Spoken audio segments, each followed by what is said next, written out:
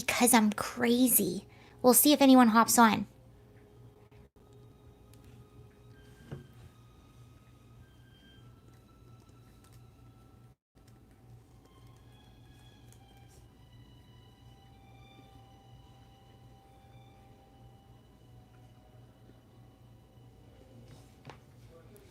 If no one does, that is okay. We'll still do this and let it be posted later.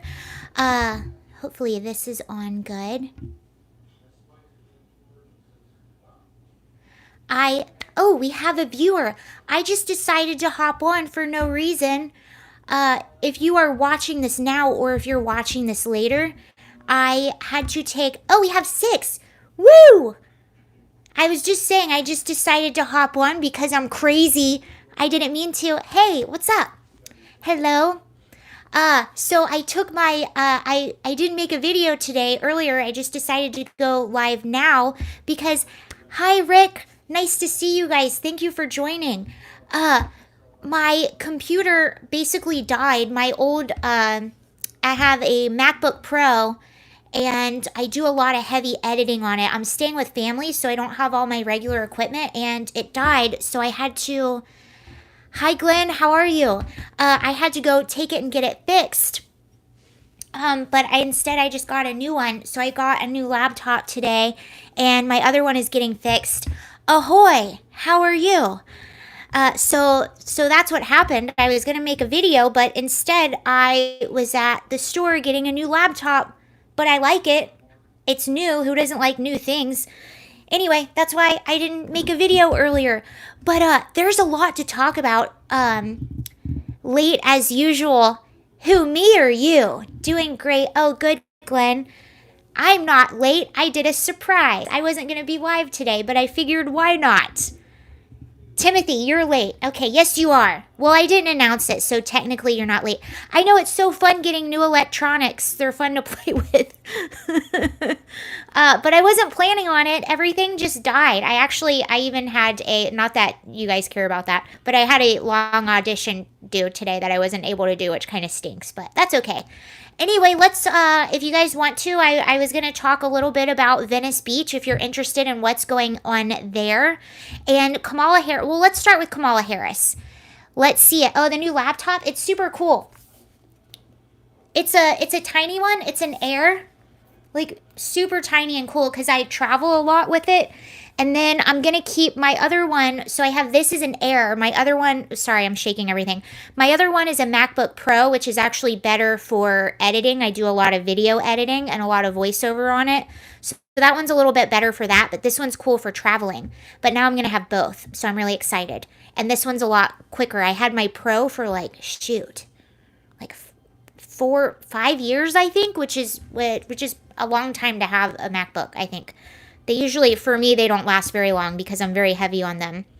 But, so Kamala Harris, as you know, she was named, that is a cool version. Yeah, it's the 2020 MacBook Air. Ooh, and you want to know what's crazy? So the Guatemalans protested Harris holding up signs saying, "Trump won, we don't want you here, go home." Yes, you are right. So Kamala Harris went to Guatemala today. She's not going to go to the actual border. And I don't know if you read this story, but some of her aides or the people that work with her actually explained why she's not going to the border, which we already knew. So she's not going to the border essentially because she doesn't want those optics. And she even mentioned it, I think, in an interview with the president, I believe, of Guatemala.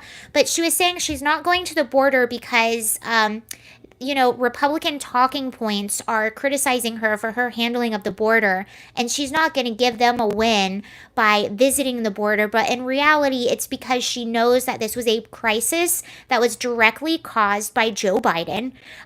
All he had to do to prevent this crisis was literally nothing.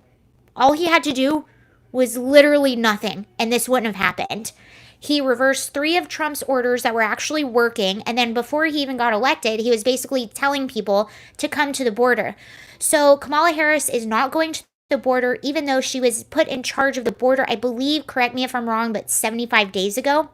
Anywho, she travels to the border today, and you were right, whoever said that. Not a great look for the border czar.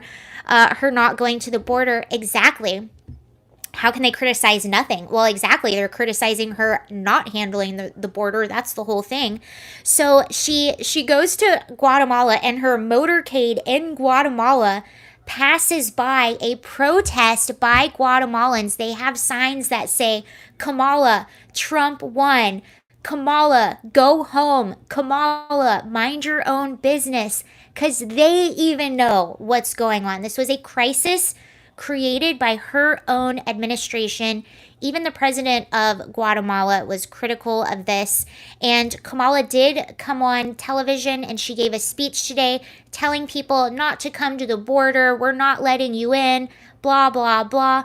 They know Harris won't go to the border unless there's someone to sleep with to advance her career.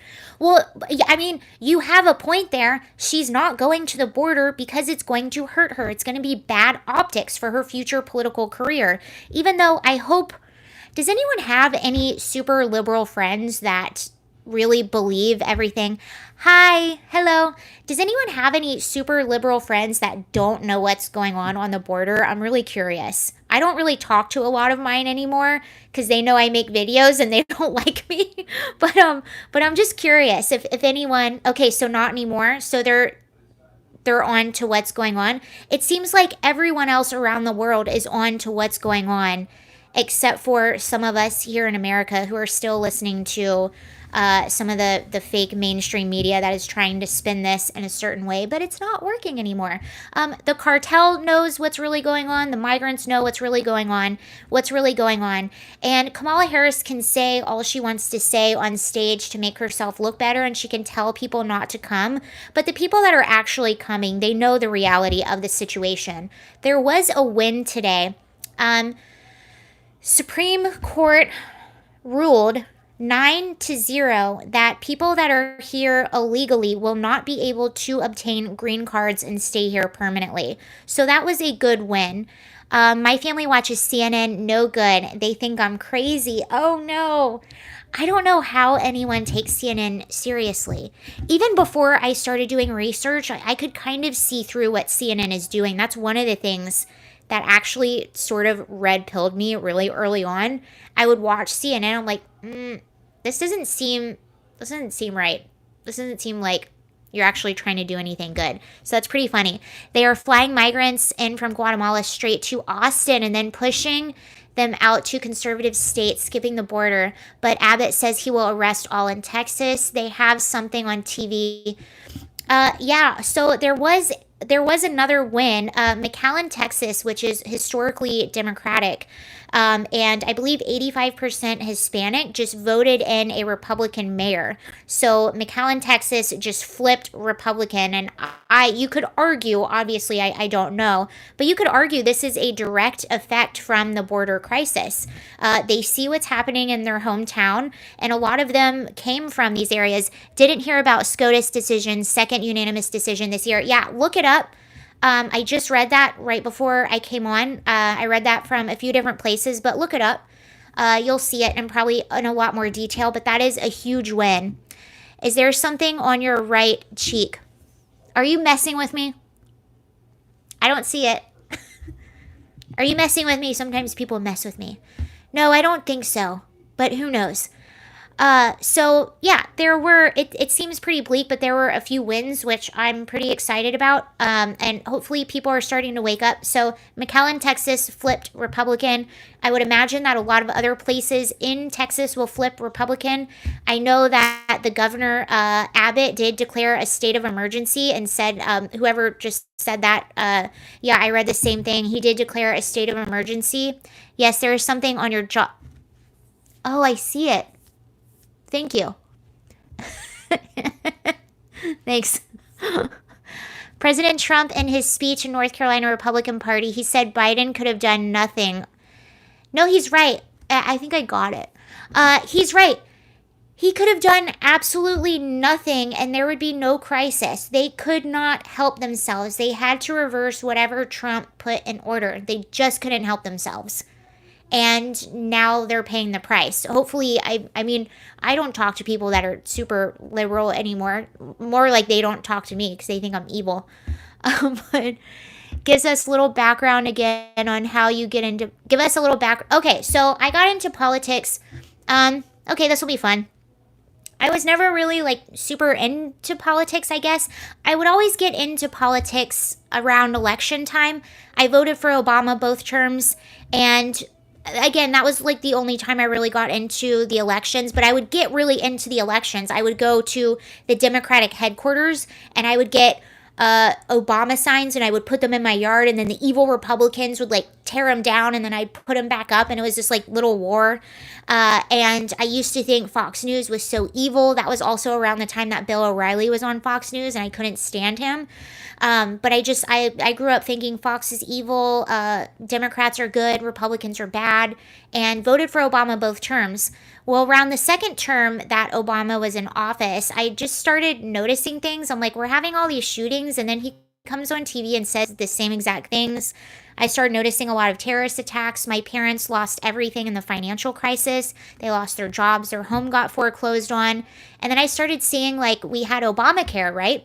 And Obamacare basically, they forced you to get insurance. And then if you couldn't afford to get insurance, you got penalized for not having insurance around tax time. So that just didn't seem right to me. And around the end of his second term, I just got to the place where I was like, you know what, screw it. It doesn't matter. Politicians are corrupt. It doesn't matter who you put in office. Because I think he ran, his slogan was like, we're about the change. We're all about change. Change. And I was like, yeah, I like change. Change sounds good. Let's have change. But there was no change. It just seemed like it only got worse. So I just kind of was done with it. I was bored with politics. I was done with it. To me, like, it didn't matter who went in office. They were all the same evil, corrupt people. And then I moved to Los Angeles, California during right before the 2016 election. So I was really busy. I just signed with an agent. I started a part-time job. I was in all these classes, and I just wasn't paying a lot of attention to that election. And like I said, I was just sort of done with politics. I didn't care anymore. It didn't seem like it mattered who was in office. Yeah, there is a coin shortage. I was just shopping. I just got home and saw you were on TV. How are you doing? I'm great, Richie. I just randomly got on. There is a coin shortage. I just went somewhere and they were asking people to pay with credit card because there is a coin shortage. And at a different place I was at earlier today, a gas station, someone gave the person change, and the guy behind the register was like, "Oh, thank you so much. We need change really bad." So interesting. Man, there's a shortage of everything now. I am a coin collector. Good for you. I've been collecting coins too. I think I have about $100 in coins. I feel rich now. So anyway, I got super bored with it. And then around the 2016 election, I would sort of catch a little bit of it on the news, and I would see Trump and he kind of looked like a clown. I was like, how is anyone taking this guy seriously? Like, he seems like a clown. Even though I liked him before, but for some reason, he just didn't, I just couldn't take him seriously. And the fact that people were taking him seriously, I was like, what? Anywho, so I'm in LA, I'm in a liberal bubble. Nobody that I know supported Trump. And then I came home to Virginia when the election was happening. So I was here on election. I didn't even vote in 2016. That's how just bored and just how done I was with politics. Didn't even vote. But then I saw Trump win, which was kind of an upset. And I was like, oh, this is interesting. And my parents voted for Trump, and I asked them, because again, I was a Democrat, but I wasn't emotional like a lot of the Democrats now. I just didn't really care. I was never emotional about politics. Like, even when I was a staunch Democrat, one of my best friends, her boyfriend was a Republican. He was a poli-sci major because we were in college around the time of when Obama was getting elected. Oh, okay. Someone never voted before the 2020 election. I voted in every election except 2016. So, but I wasn't emotional about it. So I could ask someone, like, why did you vote for Trump? And they would tell me, and I was like, oh, you actually have a point. You're actually making sense. And then I saw the emotional reaction. Boy, in Louisiana, been a little while. Hi, Braxton. Is that your name? Yep, Braxton. Hi, how are you? So I saw that Trump won, and then I saw this crazy emotional reaction from all these people, and I was like, what is wrong with you people? Like, you guys sound crazy. They were calling him a Nazi and they were like, crying. And I was like, what in the world is going on? Why are we so emotional? So, me just having a curious mind, I started doing research. And when I say I started doing research, this is the kind of research that I would do. So if Trump did a speech, I would watch his entire speech. I wouldn't just watch the coverage of the speech. I would go online and I would pursue the entire hour-long speech. Or I would watch C-SPAN. I would always go directly to the source instead of watching someone cover it. And what I started noticing is how the media would lie about things and how they would spin things. And so I was watching this stuff and I was like, holy cow, how are they getting away with this? They're just making stuff up. And all these people would just believe everything they said. So that's really how it started. It didn't even start from me I think politics are dumb at the end of the day. I really do. Which is funny because that's all I talk about on here are politics. But that's also why I have this channel, is because it is dumb and you shouldn't be emotional about it, and you should recognize when people are not being honest with you. So it really came from, they say if you see something, say something. Well, I saw the mainstream media being dishonest, so I just felt compelled to speak. I don't know, that's really all it is. It's just about I do like Trump, but a lot of times I feel like I'm a defender of Trump a lot, and I don't even mean to be a defender of Trump all the time. It's just that the truth just happens to be on his side a lot, and they lie about him so much that I end up just defending Trump all the time. So that's kind of how I got interested in it, and also how I got interested in politics. Hello, Morris. Yeah, people are in here that I don't normally see on the lives. I just randomly got one. So hello, I'm glad you're here. But another thing that got me into politics is living in California, and seeing the reality of progressive politics, seeing the end game. Our homelessness is increasing. There are streets that I used to be able to walk down in my neighborhood that I don't walk down anymore. I know I'm staying in a different state right now, but that's how it is in California. I stopped wearing jewelry when I go walk around in my neighborhood. I stopped carrying a purse. But I've just watched the homelessness decline. And while I'm watching my state decline, while our taxes are getting higher, I see Gavin Newsom doing photo ops in Mexico, like encouraging people to come to California and promoting sanctuary cities, while simultaneously our state is going down the tubes and is ridden with homelessness.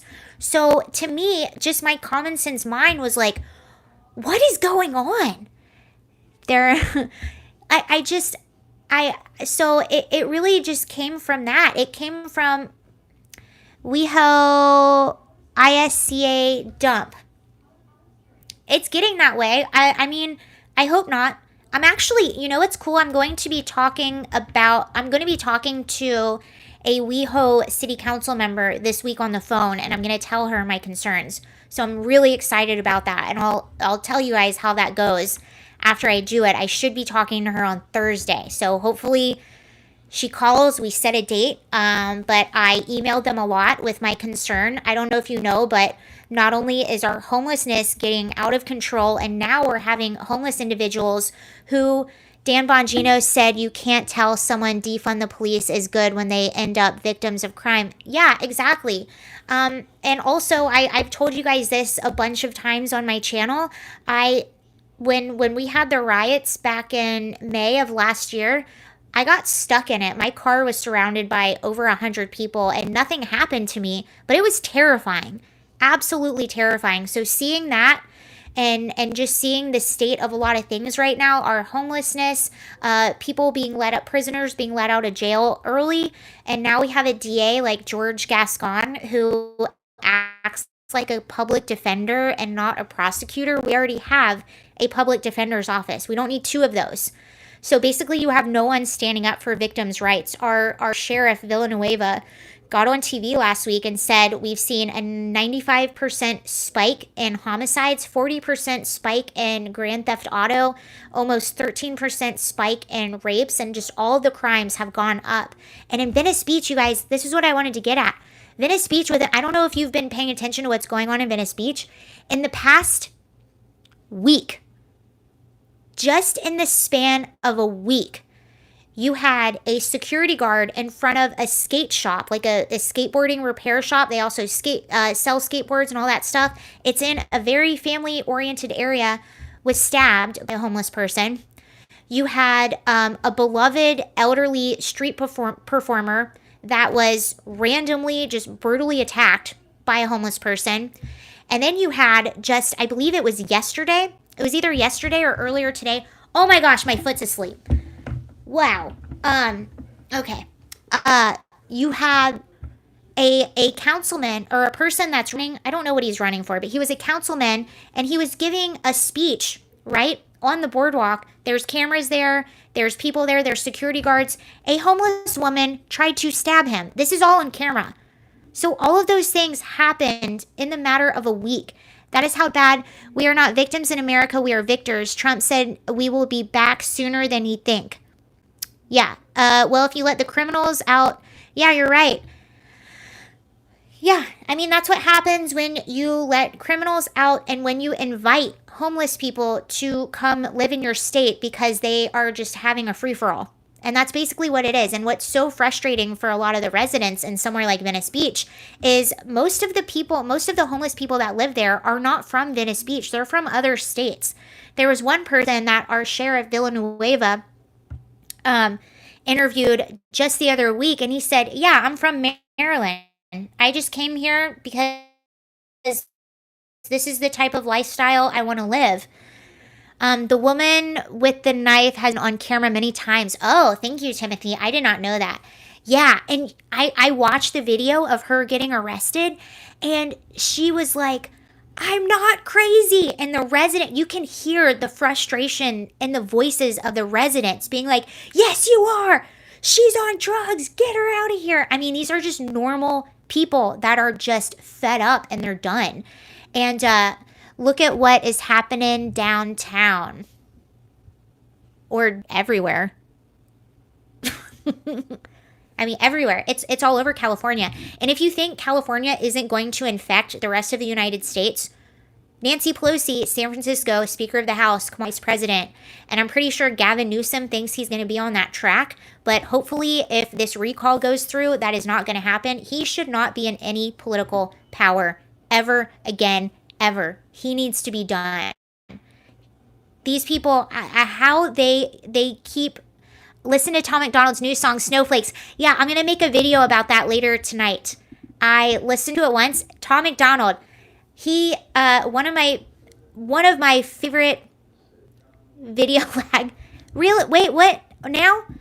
Tom McDonald is arguably for me one of the most important people in the entertainment industry, solely because, not just because of his message, not just because he is going sort of, he's not the approved message, but also he's a totally independent artist, and every time he puts out a single, even if it's not San Francisco Human Poop Department, Amazon, you're right, they have a poop squad.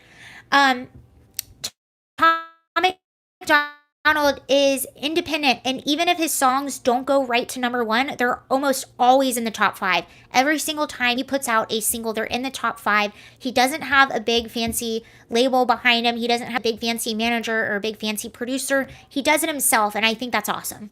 So I think he's very important, and it just goes to show that as an artist, you don't have to sell your soul to have a label mold you into whatever they think is going to sell. You can do it on your own. Blue Yeti. Oh, is my mic bad? I'm learning how to use it. I'm an Audio Technica girl. I have a Blue Yeti now. That's my new one. Is it lagging? Let me know. Or is there feedback?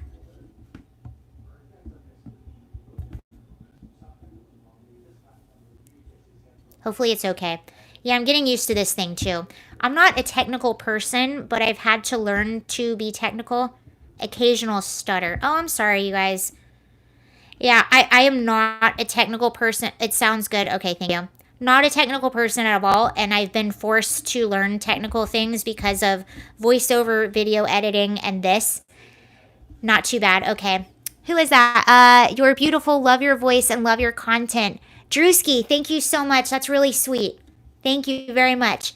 It's all good. Trial and error. Yeah, I'm going to do some trial and error tonight. I haven't had my equipment, so I'll learn. I'm trying. It's frustrating. I like learning this stuff, but it's so not my natural inclination, technical things. Okay, so I'll try to make that better for you all. Anyway. Yeah, so that's Venice Beach is what's going on now. I'm excited to talk to my city council member. I'm excited to see what she's saying. So I messaged my city council asking them if you know anything about in LA, our DA, George Gascon. Talk faster to catch up.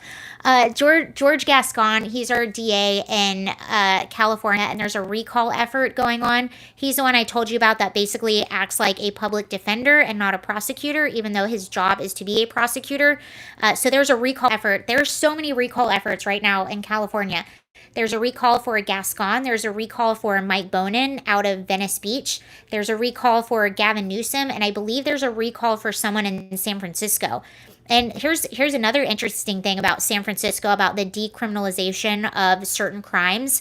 So the same thing right now is starting to happen in LA, where they have decriminalized stealing up to, I believe, $1,000. So what you have happening is, especially in San Francisco, you have people walking into like Walgreens, CVS, all these little stores, and they will have a calculator and they'll basically steal up to $1,000, and then they'll just walk right out. You can look this up too. This was in the news. 17 Walgreens are pulling out of San Francisco because the theft is so bad and they can't do anything about it. And I think it was reparations. There you go. Yeah. Well, there you go. There's your reparations. But they do that. And then what's happening is these stores are pulling out. I think it was, do you guys know who Cynthia Nixon is? She was on Sex and the City. She was the redheaded lawyer on Sex and the City. She lives, it's okay. It's okay. You will get better. I actually do think it'll get better. Cynthia Nixon upset. Stores are locking things up. Yeah, Timothy is right. So Cynthia Nixon, she's the redheaded actress. She played the lawyer on Sex and the City. She lives in New York, I believe, and she walked into I think it was a pharmacy like a CVS or a Walgreens, and she saw that things were locked up. And the reason that they have to lock these things up are because they're decriminalizing stealing things, and these places are losing money and they can't survive. So unfortunately, they have to lock things up. Yeah, Glenn, you're right. Laura Trump is not running for Senate in North Carolina. I saw that speech. It was really cool. So they have to lock things up, and she goes in and makes this whole spiel about, well, this is awful. I can't believe they're doing this. People need things. Tom McDonald and Nova Rockefeller doing all of his videos independently. Yeah, I think that's awesome. I love artists doing things independently. I mean, I live most of the time, I live in Los Angeles. I have a lot of friends that are actors and actresses and musicians and all kinds of things. And they always complain about not getting jobs or not getting agents or not getting managers or not getting auditions. And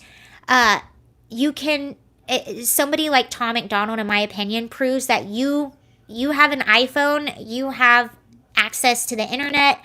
You can make stuff and put it out there and do it on your own. If someone's not hiring you, hire yourself. That's how I originally got into SAG. I was not living in LA at the time and knew that I was moving to LA. So to be competitive in that acting market, I needed to be in SAG. That's the biggest actors union. That's a Screen Actors Guild. And yeah, Bieber did start like that. Absolutely. So, you can start any career like that. Cynthia Nixon probably thinks abortions is okay, though. She probably does.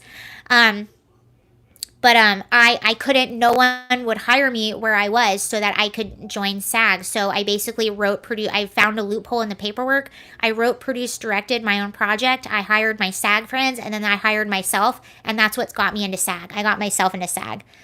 I might have to hop off in just a minute. My instruments are dying. Can we abort politicians? Right?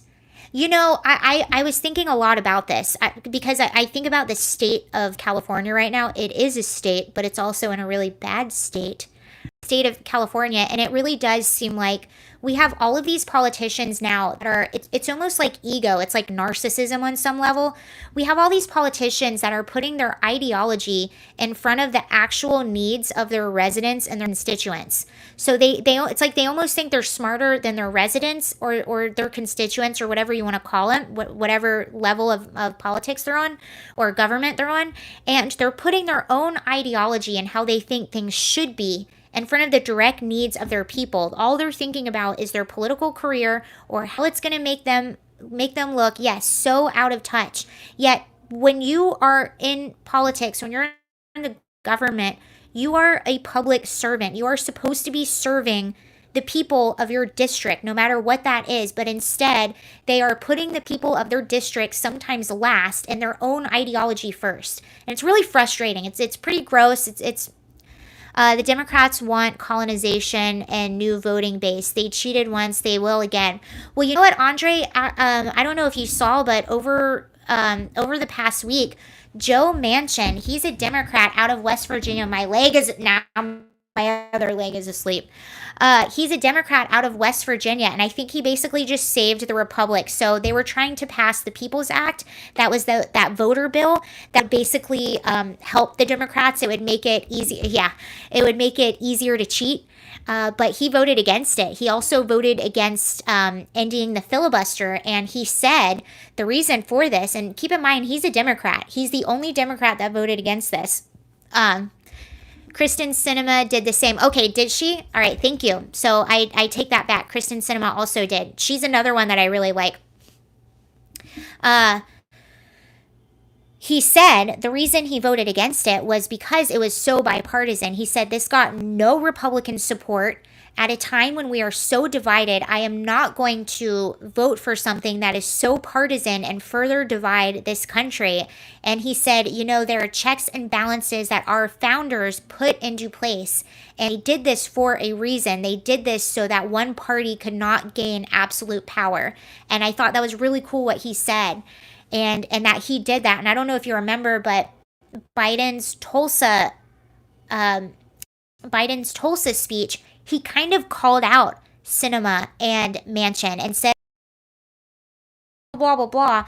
And I like that they were not intimidated by that. That to me was an attempt to intimidate them to vote the way that Biden wanted them to vote. And I really have a lot of respect that didn't work. They were not intimidated because you don't see a lot of backbone anymore, unfortunately, in the political class. You really don't. The Democrats use the filibuster 357 times in 2020. Yeah, they'll use the filibuster when it's on their side, when it benefits them, but they want to get rid of it when it doesn't benefit them. And that's exactly what the point that Manchin was making. Whatever party has the power at that time, they are going to want to have absolute power. And no one should have absolute power. There should be a check and balance. Are you saying bye? Bye-bye. So yeah, that's pretty much everything I have right now. Thank you guys for watching. I was going to make a video and upload it, but I thought it was just better if I got on and said hello. So thank you for tuning in and watching. I always have fun with you all. I'm going to go ahead and get off now, and I'll see you probably tomorrow. Same with Electoral College. Yeah, when it well, yeah, and that's exactly why oh, thank you for your time. Bye, all. Yeah, but before I go, yes, that's why the Electoral College was put in place, so that the coastal cities wouldn't have absolute power, and so the people in the middle, Guns N' Roses. I bought this while I was out because it is hot as heck where I am, and I was wearing a long sleeve shirt, so this was a purchase that I made when I was out, so I wouldn't sweat to death. Au revoir. All right, bye you all. It was a lot of fun. I will see you later. Thank you. MJ, thank you for the $10. That was so sweet. Awesome show. Thank you, Steve. Bye, Braxton. Bye, Hermiston. So sticky here. I know it's sticky and I have big hair. My hair sucks and I'm sticky. Okay. All right, bye you all. See you later.